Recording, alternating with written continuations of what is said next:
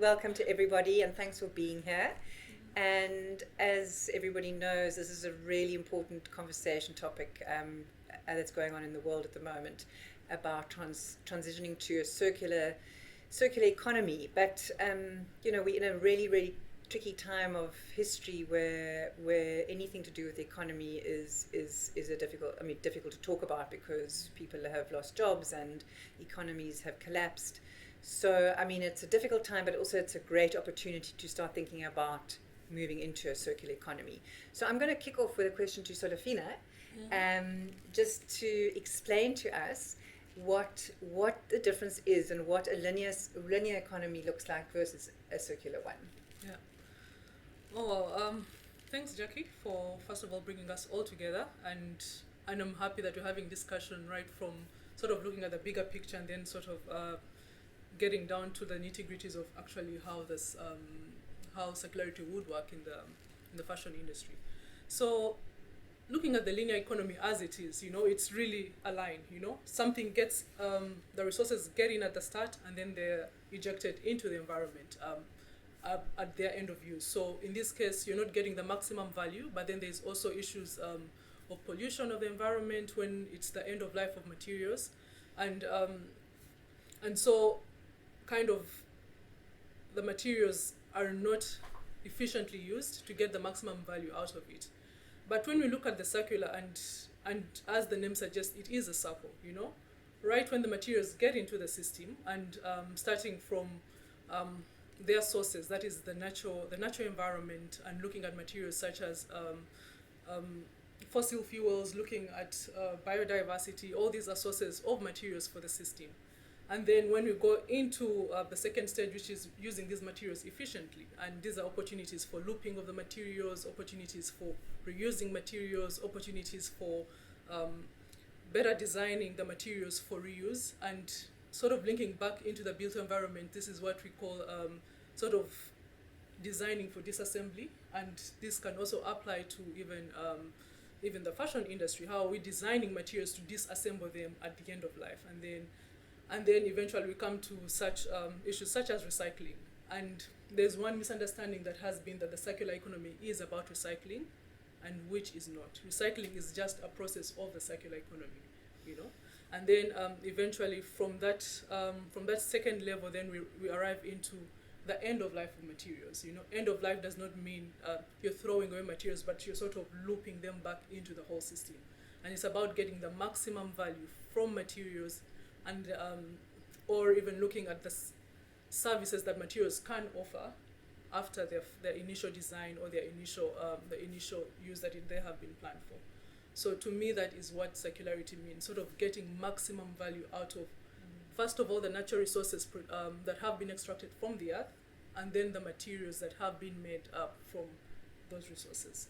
So keep the loop going till you have gotten the maximum out of it, and then at the end of life, how are we safely disposing of the materials, so that they do not have such a huge impact on the natural environment, but then they can sort of safely decompose, as natural systems are. Yeah. So there are lots of questions we can ask out of that. But I just want to move on to you, Rina. Firstly, I'd like you to just sort of think back to your time when you were working in a fashion company and what that looked like then, because I want to just get a sense of what the fashion industry does look like. So at the time when you were working as a buyer, what did you experience? And then also then you can just segue into what you've done with your own fashion label and the difference in those two applications. Sure. Thank you for the opportunity, and lovely to meet everyone here. So looking back, working in a system like a fashion system, and retail is a wonderful example to actually see how it all works together. I learned a lot about what supply chains are and how quickly the fashion industry is demanding turnover in these supply chains. So we're looking at seasons becoming more often, changes happening. It's not just winter and summer transitions, it's so much more. And I realized that we are almost stimulating overconsumption in our production. So it's working hand in hand, but we were always at a point where we were overstocked, or there was too many garments, but we were still producing more. This made me really question about, are we influencing people to buy stuff that they don't necessarily need? Because there's some psychology and behavior strategy behind trends and your identity. So I got the opportunity to work with a group of people around creating a sustainable brand. There was incredible learnings, and one of my big takeaways there is progress can come in smaller little steps as well, even in a supply chain. So trying to do something 100% circular or 100% sustainable isn't always the first step. Patience, and also realizing circular can also be circular-ish for a while, you know, being patient, letting the supply chain actually grow and experiment on different materials, and understanding of what your consumer is going to react to it. I think there's a lot of potential around that, especially around the current waste that's happening in the overconsumption of clothing, and hopefully there's where the opportunity is lining in this conversation. So I think that's really quite interesting, because just picking up from what sort of Fina says is, you know, the linear system takes from the natural environment, and you're talking about taking and then not using it, or kind of making things people don't want. So you're actually taking it out from the earth unnecessarily. And I think, Ridwana, this comes to your point about shoes. So I don't know if you want to just talk a little bit about shoes and how traditionally it's a very, very unsustainable and very kind of uncircular way of making a product, and what thinking has gone on in trying to improve that. Mm-hmm. Thank you very much for the opportunity, and it really is a great pleasure to be on this platform with two such amazing people, and you, Jackie. I really do think that I agree with what Safina was saying about the idea of trying to get things working in a loop. The linear way of doing things, it's wasteful, it's extractive, and that has always been its point. And definitely what Rena had said about us actually encouraging overconsumption, that is completely true. And it's never been more true than within the footwear sector as well. You just have to look at how people queue for 8 to 16 hours for a new Nike drop. You know, people are, the resale value, for example, of those very Nikes it's incredible. It's the price of a small car. So achieving circularity within footwear is a whole lot more difficult than, I guess, with just fashion as apparel, as accessories, for example. And the reason I say that is because by its very nature, footwear is a whole lot more complicated in its manufacture than apparel is. There is a huge amount of different componentry that goes in it. There are different types of industrial and mechanical processes that are involved in just making one particular style of shoe. And by that particular dint, it means that when the shoe is reached its end of life, there's not much that can be done with it in terms of recycling it. So setting up circular systems in footwear, it's going to require a change of system. It's going to require a change in the mechanical systems that we use. It requires a change in the way we materialize the very textiles, the very materials that we are going to be using for footwear. All of those things need to change. That is why going completely circular, specifically within the South African footwear economy, is going to be a challenge, and it will be met with so much resistance because it's going to require change of thinking. And in my experience, the footwear industry particularly, has been incredibly slow to change its way of thinking. I think we've seen some interesting examples of change in the footwear industry. We really have. I was coming to that. So I think the biggest change that I'm seeing right now, and there's been some interesting things happening abroad. I'm going to mention a brand, and I hope that that's okay. But the first brand that tried to go mono material, for example, has been Adidas with the oh my gosh, I forget the name of the 3D printed shoe that was released not so long ago. But there's a brand that's doing it a whole lot better right now, and that is Salomon. And Salomon has come up with a shoe that's completely made from a mono material. And that's the way that you want to go. When you want to encourage circularity within an industry, you want to be able to take out the fluff. You want to be able to make sure that you reduce your process to just one material, so that taking that material back into the system and extracting continual value from it comes from one single source. And you also want to avoid being able to put in more virgin material, because adding virgin material in your circularity process doesn't necessarily mean that your system is completely circular. It means that you're taking something, but you're adding more virgin stuff to it, which means by its nature, it's extractive as well, because you need to get the virgin material from somewhere. So Salomon has the Index 01, the Index, yes, it's 01, and it's a running shoe, beautifully made, mono material, has a great take-back system. So they are encouraging people. They haven't created the shoe to last forever, because that's not the point. The shoe has a take-back system from anywhere.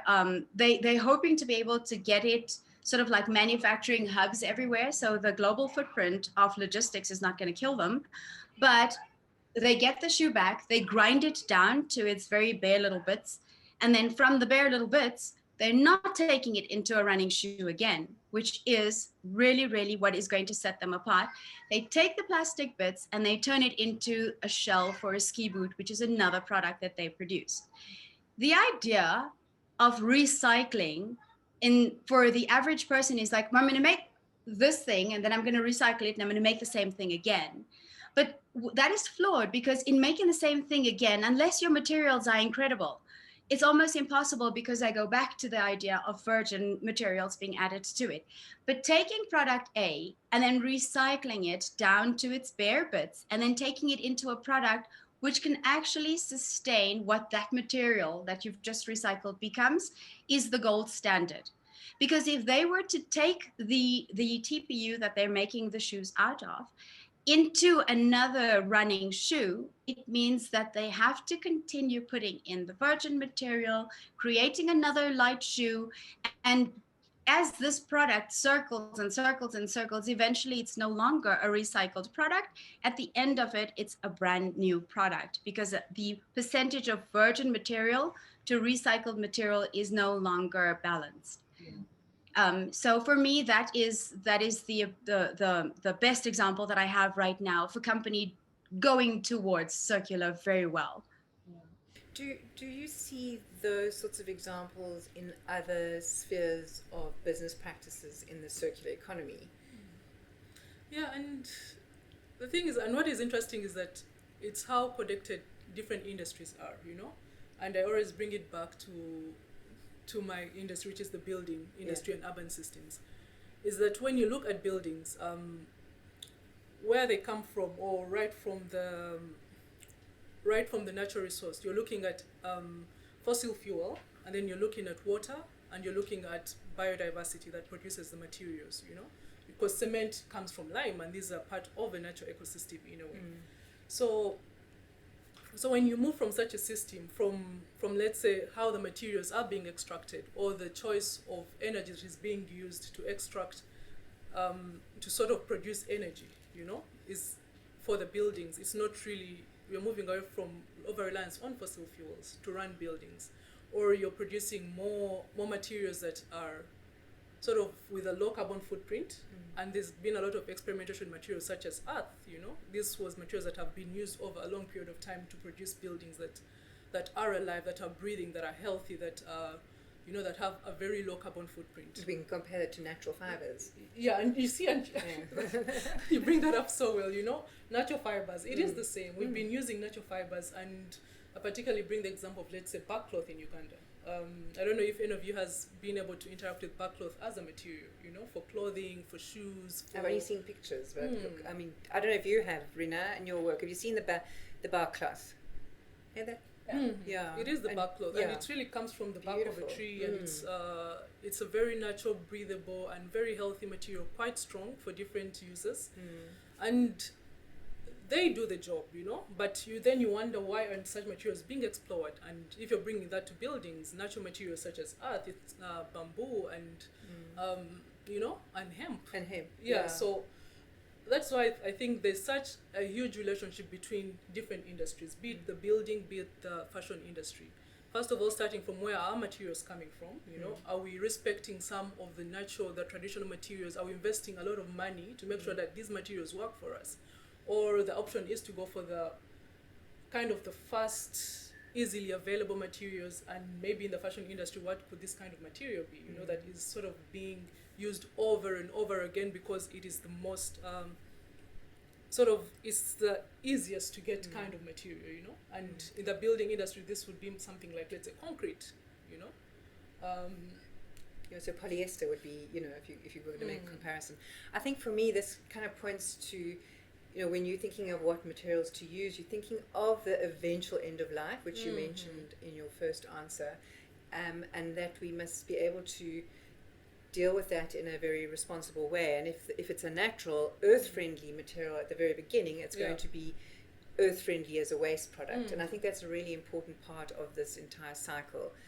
And I would just like to add to that, even with when I talk about designing for disassembly, you know, this is something that applies both for fashion, but then also for buildings, you know. When you're designing buildings, what are those elements? Let's say wood that you have designed such that at the end of the building, or even building blocks, they can easily be removed and then used into another building or another building application.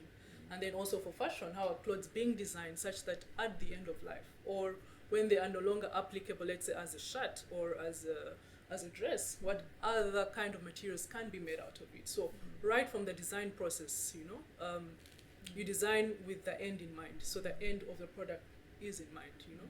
So to me, that is really applicability of circularity, especially in the use phase. So now I think we've got a good understanding of what that circular process looks like. Ines, do you want to add anything, Rina or Ridwana? Because I want to move on to the next point, but do you want to add just to the understanding of that circular concept before we move on to the next question? I do want to, but I think it's going to take a little bit of time to just explain what I want to just add to Solofina's. Can I go for it? Yeah, go for it.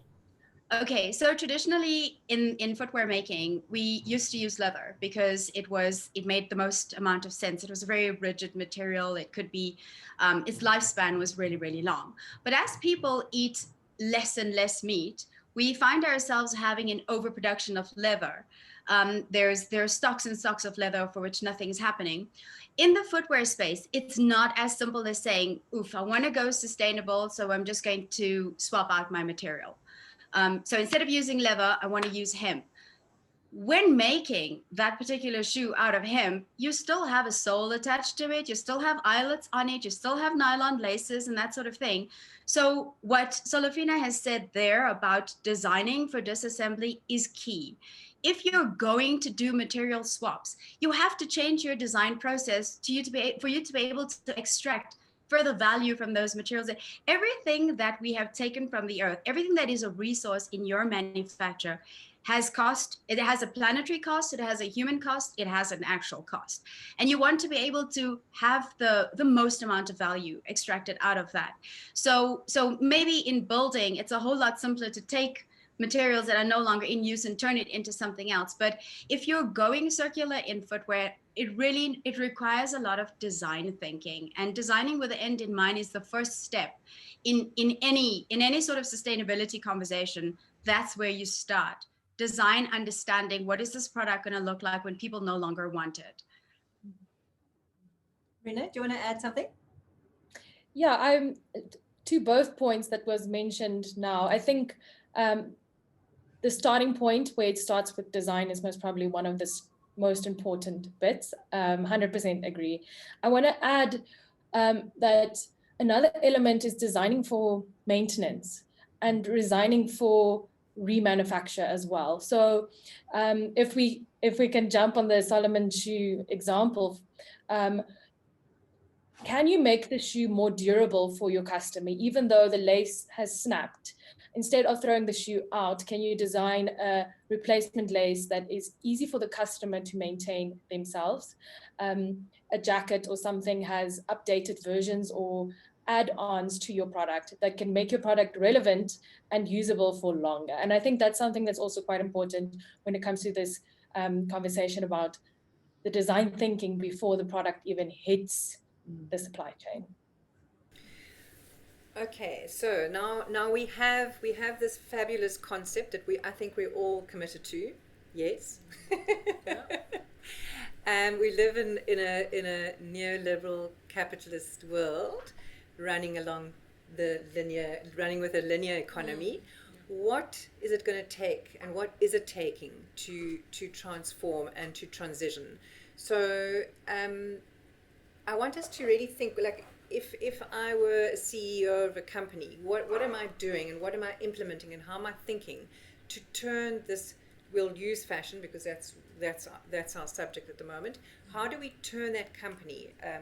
I'm not going to use any names, but multi-global, multinational company. How do we turn that company into a responsible, sustainable, environmentally friendly, ethical brand, at the same time as keeping 5,000 people employed? So I think it's a really difficult thing to do, and I think we don't have time. We have to meet certain targets by 2030, and I think that people are really feeling the urgency and are really exploring ideas. But let's talk. Do you want to deal with that first? And then I think we all have different examples, and I think it would be really interesting to hear. I think I would. I'm not a business person, and I do not work with business, but I work with local governments. And one thing that I know is that business exists within certain localities, and these are governed by certain rules and laws that are sort of within that locality. And speaking from that perspective, I think policies and regulations can go a long way in encouraging businesses to be more sustainable. And looking at even certain things like in tax incentives, who is local government incentivizing? Are those the ones that are paying the biggest taxes? Are those the ones that are sort of the balance of payment is the largest, and those that are displaying the largest incomes, are those the ones receiving the biggest incentives from local governments? And I think that should not be the case, or it should be the case coupled with something else, and seeing that sustainability has cross-cutting benefits, and these are both environmental, these are all social, and these are economic in a way. So if it comes to tax incentives, who are local governments incentivizing to sort of allow for adaptation of let's say circular principles, circular ways of operation? And I think this could be companies that are taking up more efficient practices, companies that are energy efficient, companies that are sort of using renewable energy, to kind of encourage this sort of drive, so that if I'm a company and I have to make a choice between getting solar panel over my roof, to kind of run part of the operations of my design factory, I'm incentivized to do that because I know of the tax rebates that I'll get as a business person, And if it's about paying minimum wage or the right wages for my employees as a company, or employing disabled or employing women and minority groups, I know I'm going to go for that because I am getting tax incentives from the government or other sort of incentives that governments do give. So to me, it really starts from the top, having an enabling environment for businesses to be sustainable, because at the end of the day, I'm trying to make money, which should not be the case. It should be a kind of a balance. I'm trying to make money, change life, and also improve the environment. We should look at business in that sort of triple sense to be able to make circular sense. So I think, to me, one thing I would do is, as a local government, it's really incentivizing business operations, and then also allowing for experimentation places in the city. And you find that, let's say, places like AFRI. You heard that, hey? Allowing for spaces of experimentation and creativity. Yeah, because these are new places. These are new concepts that we haven't grappled with, circularity. So how do you encourage business to experiment on that, And you find that in cities like Accra, governments have really gone a long way to encourage, let's say, small, innovative businesses to come up and experiment with different, let's say, how to use waste, how to use local materials. And I think also Cape Town is trying to make that move with a post-dam sustainability campus, to kind of create a space for small businesses, for young people to to experiment, because circularity is really about experimentation and finding the right way things work, sustainably. So yeah, it's such a I love that idea. There's something so creative and energetic about that. And Rena, do you want to give us some? I know there are lots of examples of companies trying different models. Do you want to just talk to those models and where we're seeing successes? Sure. I think one of the key steps of changing from linear to circular is understanding that this is something that you can't do by yourself. And a lot of times, I think this makes fashion, again, quite an interesting topic because it's such a competitive industry. And a lot of times, people are competing directly with each other for the same products. But if we can open up certain elements of transparency and have some elements of co-design and collaboration, there is so much potential for ecosystems to change. I can speak about a couple of international examples. One of the first secondhand brands that's been having a massive influence in the US, ThredUp, they've been reselling already used or secondhand clothing from different brands, and they're creating it really accessible for users. So users can send their garments in for free, and they sell it at a very reasonable, accessible price. So recently, ThredUp has been collaborating with a couple of big names in the US, and something that's very interesting is that they collaborated now with Rent a Runway, which is another circular model in fashion where big design brands are collaborating within this space of Rent a Runway, where consumers have access to the luxury side of fashion without having to pay or own the entire garment. So the conversation about accessibility versus ownership, shifting towards giving customers and consumers the option to participate, but not own the garment and share that garment. So ThredUp and Rent a Runway is a match made in heaven, because Rent a Runway is now offering the clothing that after a couple of cycles of reuse and renting, they actually shifted towards ThredUp, where people can actually buy the previously rented garments secondhand. There's a couple of other examples down that line as well with the bigger luxury brands.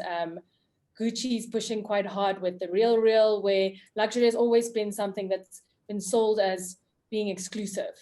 You pay the label because you want something that no one else has. And it's incredible to see how that type of mind shift is happening. And then one of my favorite examples, I've got plenty, so I'm gonna, maybe two more. One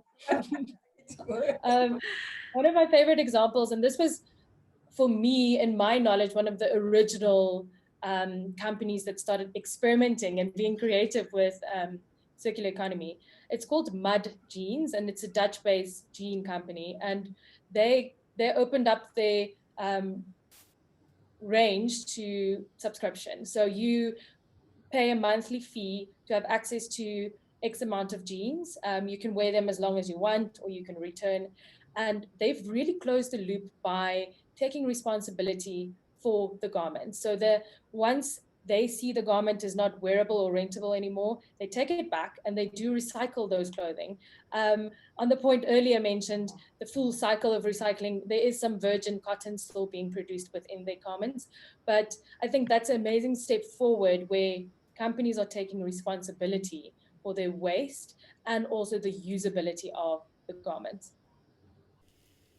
Ridwana, I'd love to hear some thoughts from you. And Ridwana, I know you work as a consultant in this space. It'd be quite interesting to hear from you some experiences you've had or examples you've got of people going through a transformation. And it'd be great to hear some South African examples. I just want to say, Rina, there are some lovely South African examples of rental companies already, like Style Rotate, and I think Maven is doing rentals already. And yeah, I mean, we can go on forever about all the thrifting that's going on between millennials on Instagram. But Ridwana, I'd love to hear your thoughts and an example there. Sure. So I completely agree with we need to understand that ownership needs to change, and our ideas around ownership needs to change. There's a fabulous new concept of steward ownership instead of, like, this would mean like big brands, massive retailers, understanding that perhaps the shareholders no longer need to be in control of the decisions being made down the line, because the harder the shareholders ride the companies, the more extractive those companies become, the more exploitative those companies become, because now you need to drop bottom lines. You need to be able to get things to market faster, cheaper. That model can no longer be sustained. It no longer needs to exist. But we're moving more towards rental. We're moving more towards understanding that repair is going to be a whole lot better. If I were to give an example of repair, for example, in the footwear space, there are, I don't know about the examples for repair locally, but there's a great company, it's also a Dutch company, called Peterson Stoop. And these two ladies, they buy used footwear and they turn it into the most incredible ranges of handmade, sort of like customized sneakers. It's beautiful. It has little bits of leather in it, and they use offcuts. They use bits and pieces from industry that nobody can seem to find any use for, and they find a use for it, and they charge a premium for it. So that got me thinking that Africa is a dumping ground for used clothing, primarily from the US. If we take the shoes that come in, for example, from the US, and instead of giving those out to charities, instead of sending those to thrift stores to be resold as they are, we turn that into an entire new industry on its own by upcycling those shoes into something desirable.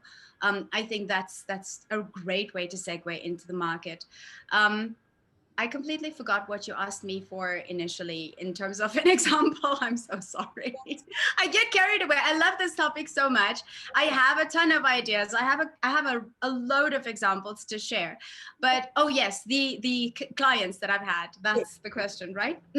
So I am very disappointed to say that I don't have a South African example for you. The footwear industry in South Africa, from my experience, it's a little bit slow to change.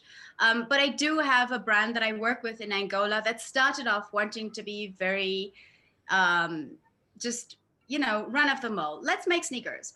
And eventually changed their mind to let's make sneakers, but let's make it using materials that are part of our heritage. So what Solofina was saying about bark cloth, I wanted to chip in there because we've actually made sneakers from bark cloth, and we've been able to use water-based adhesives as opposed to solvent-based adhesives, and our outsoles are sewn on as opposed to glued on. So the shoe is designed for disassembly. The shoe is also designed for repairability, because therein lies more value for a brand. When a customer doesn't have to throw away a shoe, the customer sends it back to you, you develop another kind of bond with the brand that you're dealing with, in terms of you care much about your bottom line. So, bark cloth is an amazing material to work with, and just by it's amazing. It's got a beautiful hand feel, and it's so durable. I just want to ask you, did you work with them as a startup, or were they already an established brand? No, they were a startup brand. So it was much easier for them to kind of pivot halfway through the process and say, actually, we want to go the sustainable route. For me, I think that the bigger brands are going to find it a challenge to be able to move from their extractive linear process into something that's a lot more circular, but it's not impossible. It really isn't impossible, because the thinking that big brands have is that, here, buy this garment, buy this shoe, and it's your problem now. But if they realize that it's not actually the customer's problem, it's like the packaging industry.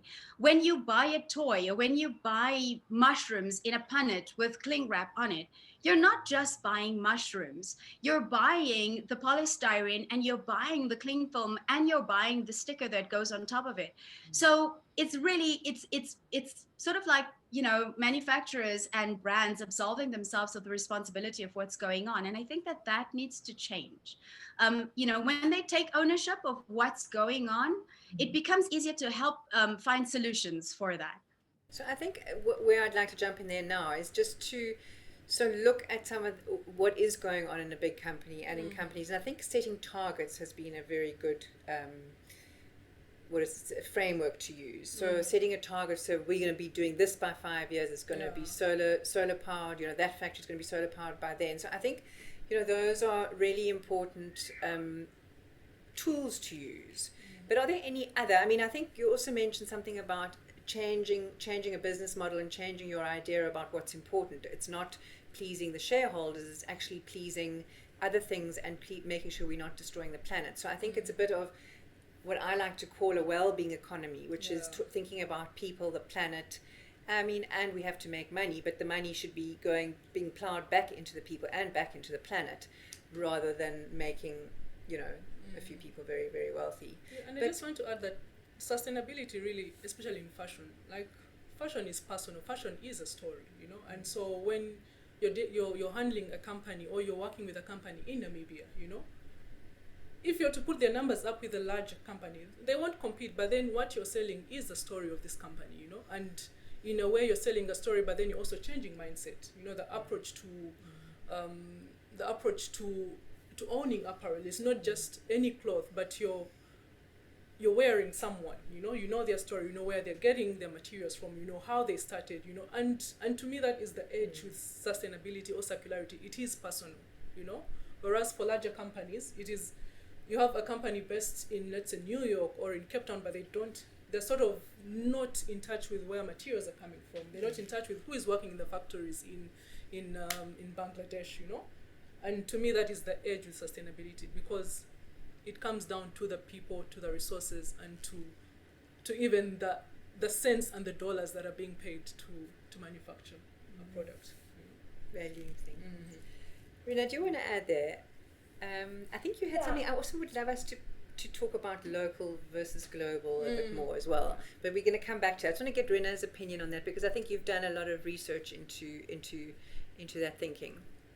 Yeah, I think that is really important to understand, where not just for the consumer, but for the company, there's a lot of benefit in customer loyalty. So once a company starts going into a space that gives their clients a trustworthy environment where they can either get their garments sourced from locally or repaired, or have a type of a communal area where they can enjoy and respect the clothing together, I think the customer loyalty is a massive thing there. And if a company can start seeing the benefit of changing, not just on customers coming back, they're taking the clothing back to the original place where they bought their clothes from, where they can actually get either something like a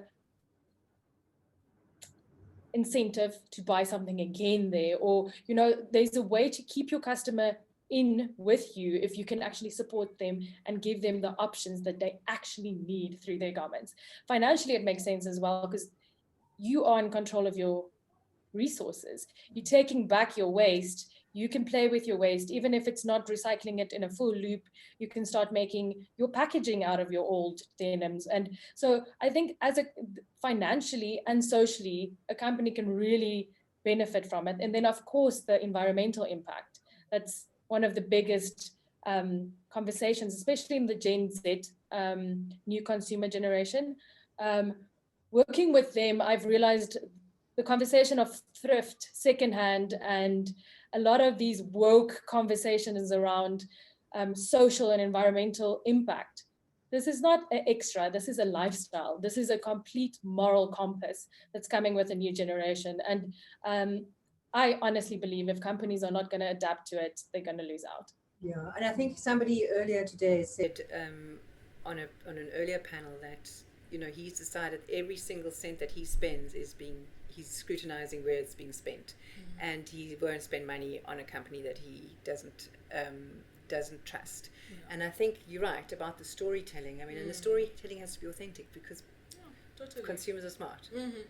Consumers are getting more informed about their products. It's no longer just I just want something out of the blue, but you know, what is the life cycle of this, and how am I impacting, let's say, the environment at the end of the day when I consume something? So, and I think to me that is a powerful evolution into, like, let's say, the fourth industrial revolution, or this new modernism, is that people are getting more aware, you know, which could be good, and then can also be used as a starting point to change, you know.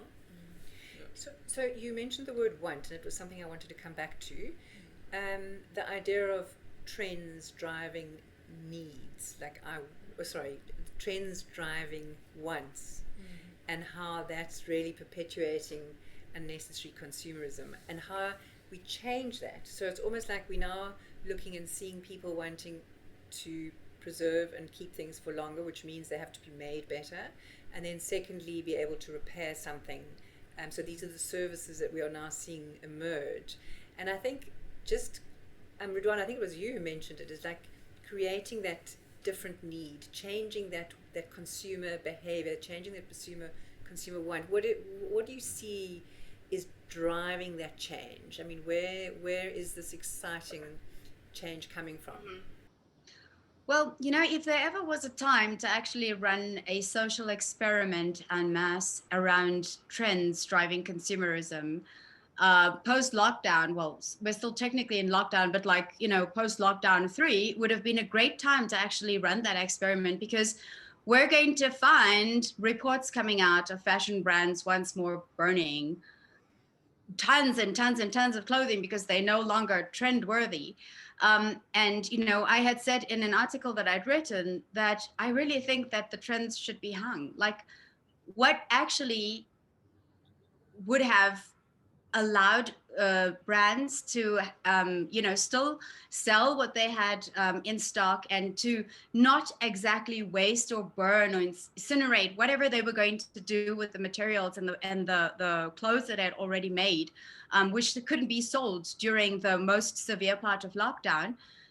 They could have still sold that had they just told the consumer, these are still the trends. These are still okay to buy, instead of hiding it as if though it were dirty underwear and they just didn't want the world to see it any longer. So, you know, that would have been an amazing social experiment to run, because the truth of the matter is that we wait for someone to tell us. The average consumer waits for someone to give you permission to say, you're going to look good in that, you need to buy it. You see a beautiful, Instagram is a great, great platform, but Instagram is a driver for consumption. That's exactly what it is. You post a beautiful visual, you get a bazillion likes, you're selling stuff. You're telling people, you need this. And the person goes, yeah, I want to look as good as that. I need it too. So but the Gen Z consumer is not going to be as visually driven as the generation before that, because it's like Rena says, this generation is not just buying with their money. They buying with their hearts and they buying with their minds. And that is like the golden trio, you know? Yeah, they're going to realize that consumers are telling brands, I will buy from you if you tick all 3 of these boxes. And brands are going, oh, that's the money we want. So brands are now scrambling to find the best ways to actually sell to this consumer. And that obviously leaves them open to greenwashing, et cetera, But when we think about this new consumer, and when we think about the lessons that we've learned during lockdown, we realize that it's not going to be same old, same old. And if you haven't already realized that by now, then you're going to be learning that lesson in a hurry. Things need to be more expensive. Because when we make things so dirt cheap, when retailers are selling a shirt for $60 on sale, you have to question. And that's what this particular generation is doing. They're going, why is it so cheap? I hope I answered your question. No, of course you did. And you've added more, so... Rena, do you want to say something? Oh, you want to say something, I think. I think this is where now I can pose the question that, so you're kind of attaching a higher price to fashion, you know, but then in how do you now address issues of affordability now, you know? If authentic green fashion is coming at a price tag, then how are we dealing with let's say affording such such good fashion or such sustainable fashion, especially for the lower income groups or, that sort of thing. Mm-hmm, mm-hmm. Look, you make a really good point about affordability, and that is definitely, being a country that we do have so many people living below the poverty line, it's something that you have to consider. I think that when big retailers are going to be held responsible for their supply chain and transparency within their supply chain, that's a market that they could service that. But when I say fashion needs to be more expensive, I don't mean it needs to be exploitative to people that they're selling to. It doesn't need to be that way. But I do want people to understand that fast fashion is killing our planet. The cheaper something is, it obviously tells you, and it points to the fact that it hasn't been having the best effect on the planet in its making.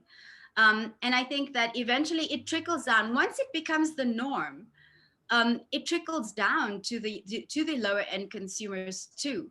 But if retailers, the bigger retailers, the mass market retailers start fixing their supply chains, the problem can resolve itself. Yeah. The question of cost and price comes up a lot, but I think if you start looking at the retail models, the new retail models like refashioning or mending or sharing or swapping, we kind of sort of addressing those issues. Yeah.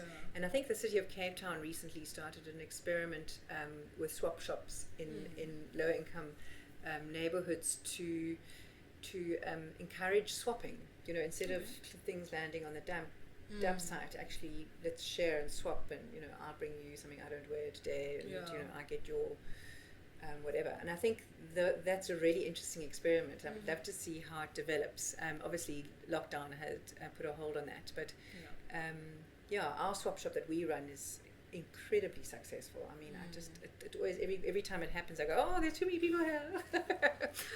And I guess there's complementarity, as you're saying, there's all these different layers. First of all, attaching the right price, but then you're also looking at the looping economy of sort of circulating the clothes more into the economy through mending, through swapping. So I guess, and that's one thing I've learned with circularity. There's not one solution. There's no one size fits all. There has to be a number of complementary solutions to be able to work to kind of in the economy. So, and I think that's one beautiful thing about it. I want to just ask Serafina a follow-up question on that. You haven't got something to jump in there, Rena, or no? I do, because for me personally, this is something that I really do question a lot. For sustainability being categorized as almost a luxury, and it's not always an accessible place for everyone. If we talk about finance, and sometimes when you are in certain needs, you can't consider where the product is coming from. And I think in South Africa specifically, as an example, there is so much opportunity for this. We're looking at quite a diverse group of people coexisting in a country where we have a lot of struggles.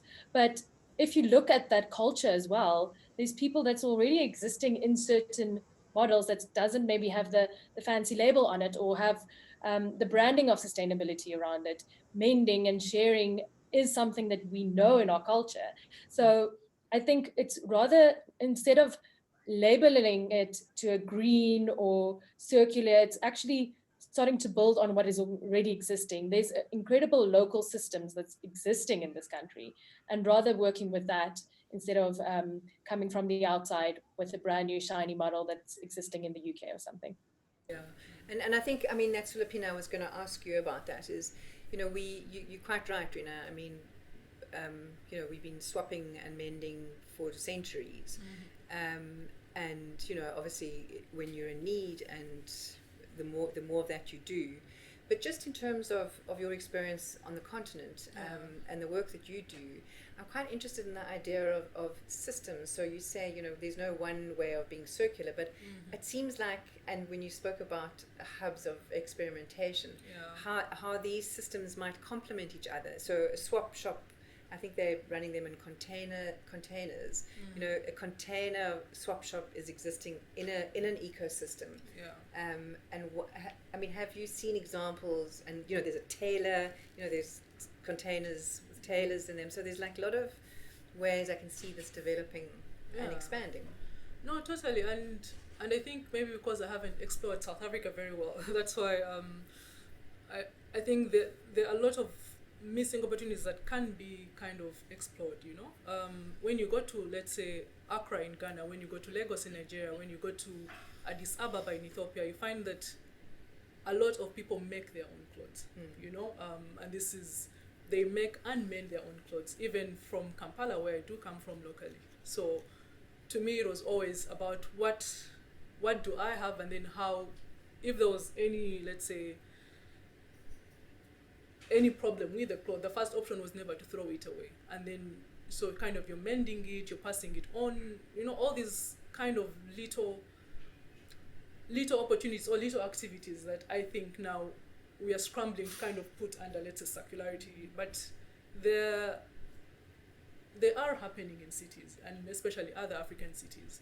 And to me, when I look at South Africa or to Johannesburg and Cape Town, these are big metropoles, and you find that the systems of operating, you know, they're very much capitalized, they're very much big brand driven, they're very much a certain kind of lifestyle that people foresee to live, you know, and it involves owning the best apparel, the best shoes, the best kind of branded apparel. But then when you come down to even informality, you know, in the different African cities, you know, it is functioning in such a way that resources are really kept moving till, you know, a cloth is repaired till it can't be repaired anymore. And even now you're seeing trends that come up with patches, you know, when I look back, I think it must have come from something like that, you know, patching up clothes till it's really a whole other system of its own. So I think there's opportunity, but I think we have to really calm down and look into ourselves a bit more. So I just want to see, you know, we've almost come full circle in a way in our conversation, because I was trying to get to what it means for a business to become circular, and we've almost gone back to the roots to say that a lot of these practices and circular methods that we've been talking about are actually inherent to how you know the continent is operated, but also how we as children were borrowing, lending, and maybe, and I'm much older than all of you, but you know, in some ways I think the kind of rise of fast fashion kind of, we unlearned those behaviors, and I think we're kind of scrambling back and relearning behavior that we lost. And I'm not saying, when I say we, I mean those of us with means to be persuaded by fast fashion trends. But you know, I think a lot of those circular practices happen and are happening and are very healthy. But it's how do the businesses who've now not using those methods, how do they adopt those methods and keep people employed? Because we also need to keep people employed. So sorry, I'm just kind of in my head wrapping up what we've discussed, and I think I think, should we just, do you want to comment on that, Rina or Ridwana? I'll go. Oh, it's fine, Rina, go ahead. I'll keep it short, but I think the opportunity here lies within the second-hand market and the reuse, because I think fast fashion has shifted our minds to think that fashion is something that has a short lifespan. But if you actually consider your garments, and if it's not made of poor quality, it can last over generations. And vintage and secondhand has always played a small role within the fashion world because of that.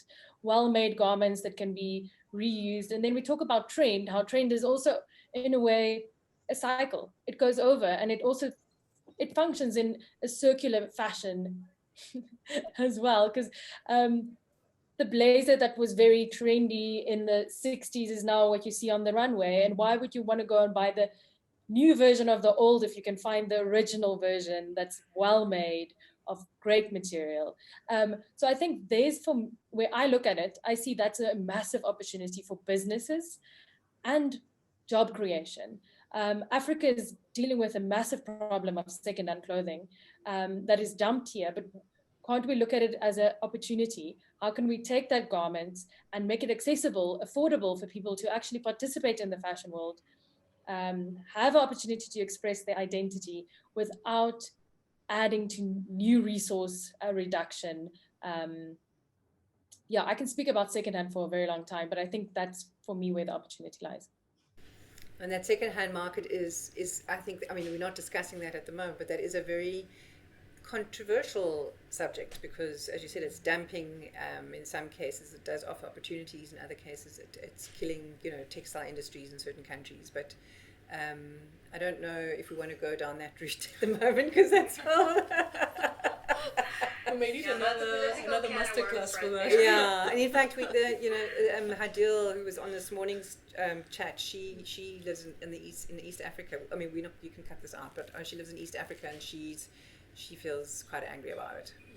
Yeah, but I get your point, Rina. I mean, I think the idea that you can refashion it and take somebody's old clothes and actually make something beautiful out of it is is an opportunity there. And I'd like to add to that is that when you talk about, let's say, employment, I think we're kind of stuck into thinking I have to be employed by a big retail company to be able to work in the fashion industry. I have to be employed by a big apparel, or have to be a designer in a big. But then employment is also entrepreneurship, and I think this is one place that there is opportunity.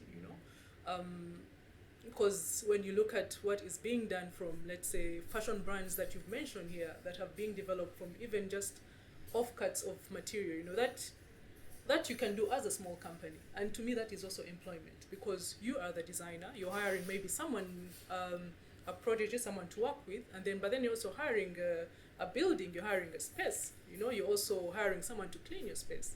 I think you're creating 4 employment opportunities. So I think sometimes when we look at employment, you're looking at this massive, only able to be generated by a bigger company.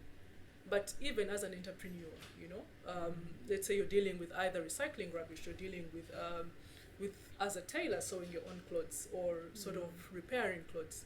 You have your own ecosystem.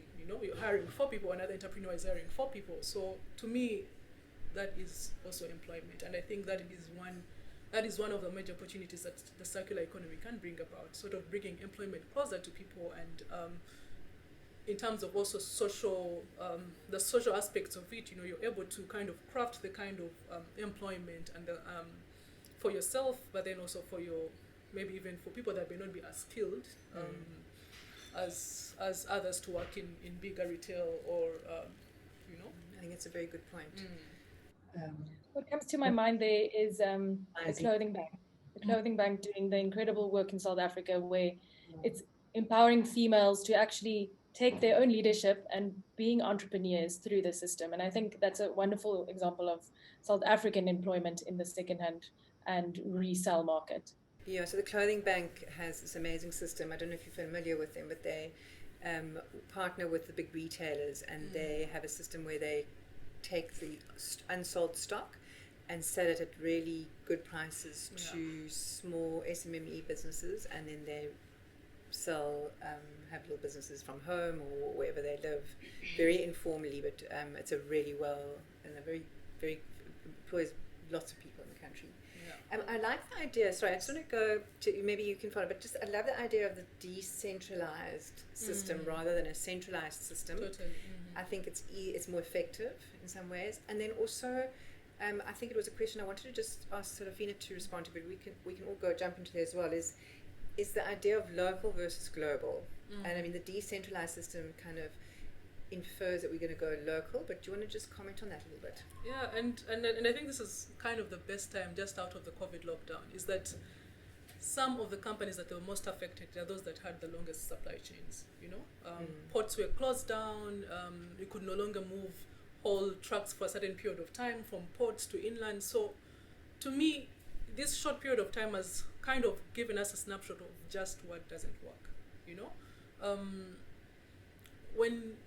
When you're talking of big global companies, and I think there are different business models that can make them more personal to a place, more local to a place. And to me, as I've already said, fashion is a personal story. It's a personal form of expression. And so when you're looking at smaller brands or more local kind of brands, I think they do express this more, you know. And then you're looking at the expression story, but then also in terms of material accessibility, in terms of being able to just shorten chains of operation. And to me, that is the advantage that more local brands bring to a space. And of course, in a typically capitalist economy, we're excited by big money coming in and, you know, big investments. But at the end of the day, you know, if we're kind of trying to couple the economy and the social aspects of it, but then also the environmental, I think we need to kind of look closer to home, you know.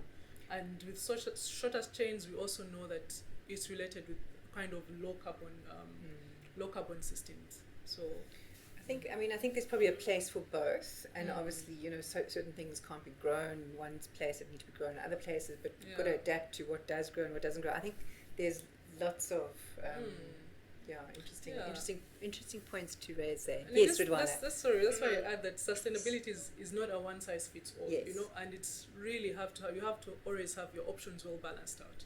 You know, how do we balance all these different options? You have to be able to have the maximum impact, and I think that's also what circularity tries to do as a concept. Ridwana? Yeah. So actually, like to your previous question, I think that the aspirational middle class needs to be spoken to in a language that they understand.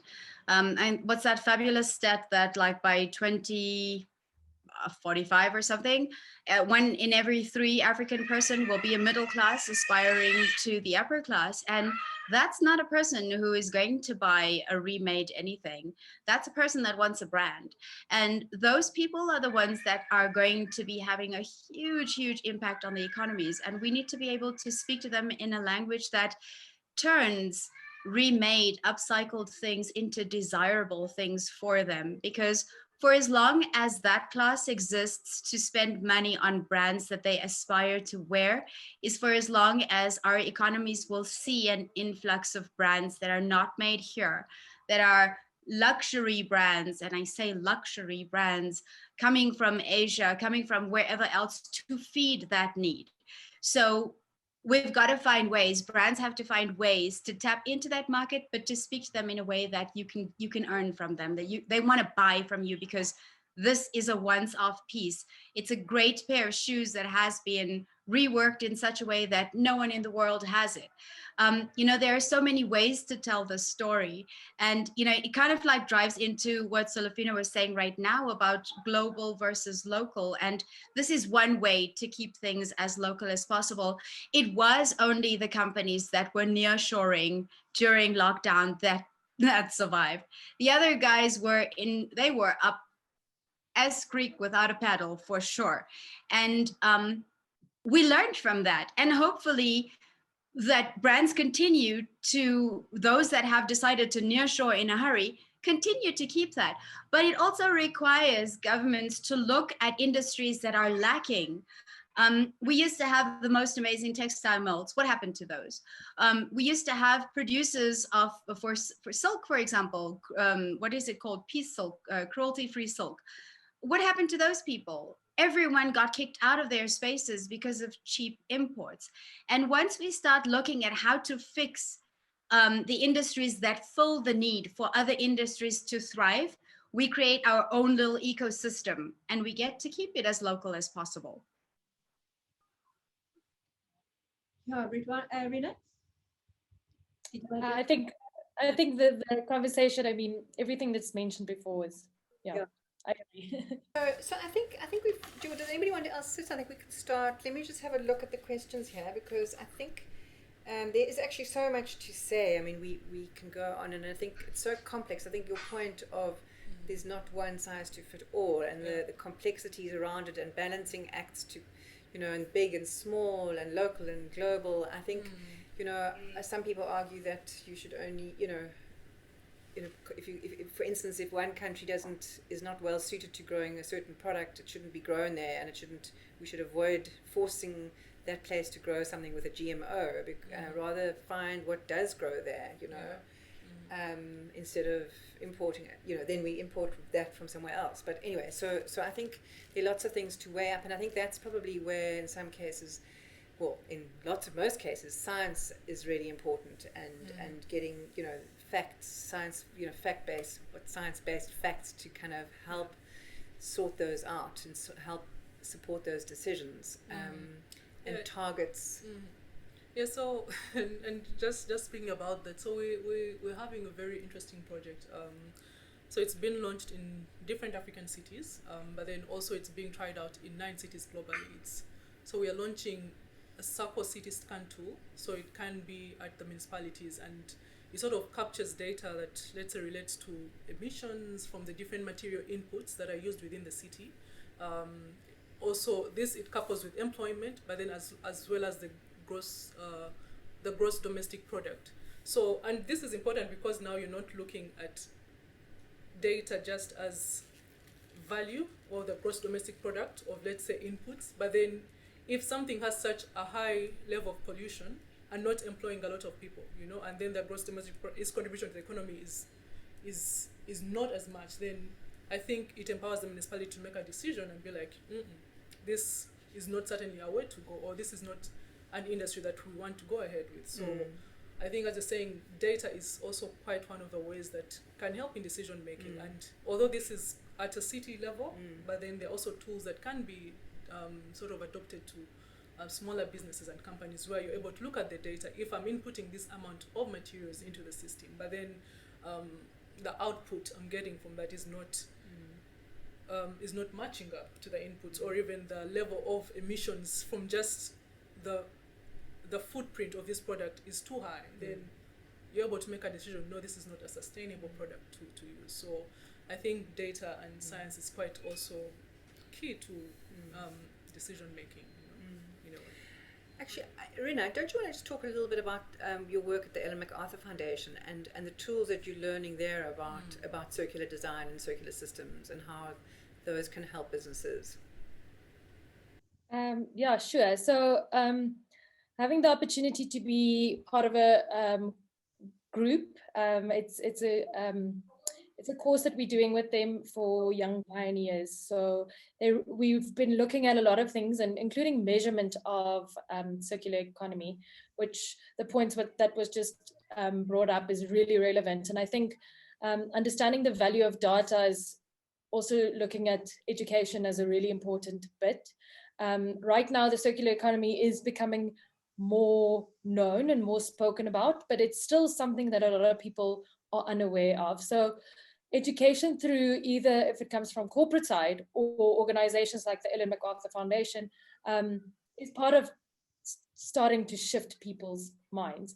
So data is, right now, sustainable fashion and data is sitting quite close to each other when we're talking about supply chains. How do you measure your circular economy in your supply chain if you don't really understand which elements is causing waste, and where you're using more energy, and where the water is actually being wasted? So blockchain is actually a massive move that we're looking at data in these areas. And it's going to most probably become a tool for retailers and big companies to start using and show their transparency, and even just to track their own impact.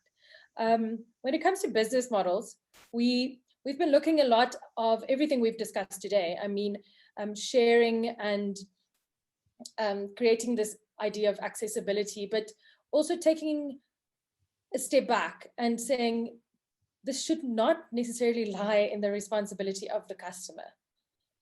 The companies and the policymakers needs to take the lead here. And I think we are starting to push back as consumers, because we have our own sense of conscious decision making, but we can't stop the mushrooms to be packaged in cling wrap. This is something that the companies and the policymakers needs to put pressure on. Which is happening. One thing that I wanted to say, sorry, the last thing I wanted to say about that was we've really been looking at how to communicate to these stakeholders or the financial people, because this is the important bit. Yes, we all sitting in our, we all agree because we have the same passion and we want to see this change happen, but how can you communicate to a company? And I think one of the first steps is talking about optimization. How can you optimize your supply chain? How can you make your product use the least amount of resources, the least amount of energy, and have the least amount of impact. So in that way, you can save money and you can actually produce a product that has a better impact. So I think I want to, unless you want to directly respond to that, either of you, but I think I want to just get a wrap-up comment from each of you, and really I want to find out how you're feeling about, especially subsequent to this conversation, about the future of our industry in a circular economy. So let's start with you, Ridwana. Sure. I think that once brands consider environmental profit and loss versus financial profit and loss, they can start making better decisions with regard to the products that they have. For businesses wanting to move into the circular economy, it doesn't have to be ginormous steps forward. It's teeny weeny little steps in the beginning that can kind of like move into much bigger and more profound steps later on. So, don't let it be something that puts you off in the beginning, because there's all this fancy terminology and all these things that I have to think about, and oh gosh, investment. But it's tiny little steps that starts from design. And every brand that produces a product has to start from design at some point. So it's primarily a matter of just going back to the drawing board and starting to fix stuff from there in ways that make sense to your bottom line. But yeah, for me, that would be the best closing point that I can think of. That's great. Thank you, Ridwana. And you, Rina? Yeah, I would like to bring up the word regenerative systems here. And I think circularity here is, it's what we've been talking about, but as companies and individuals, we need to look at a new way of growth. And the growth of what I take out, I need to be able to put in and create a stronger, more healthy ecosystem. If that's my business ecosystem or my personal capacity and my outreach. And I think circular economy is a wonderful way to actually look at a solution to get there. This is something that's practical. This is something that is doable, and maybe in small steps, but creating growth that can actually, create a healthier environment. Thanks. Yeah, Sophie, you have the last word. How can I top everyone? I feel like everyone has done most of it. But I think also just looking at my work, just reflecting on that, is that sustainability is really threefold, and even circularity, or driving it. First of all, the local government. It's all a contest, and it's either national or local government. Because when you're making a business, you make it within a certain context, and I think governments or national governments are responsible for creating a sustainable context for businesses to operate, or for citizens to be able to be sustainable, and I think we should hold them more accountable for that.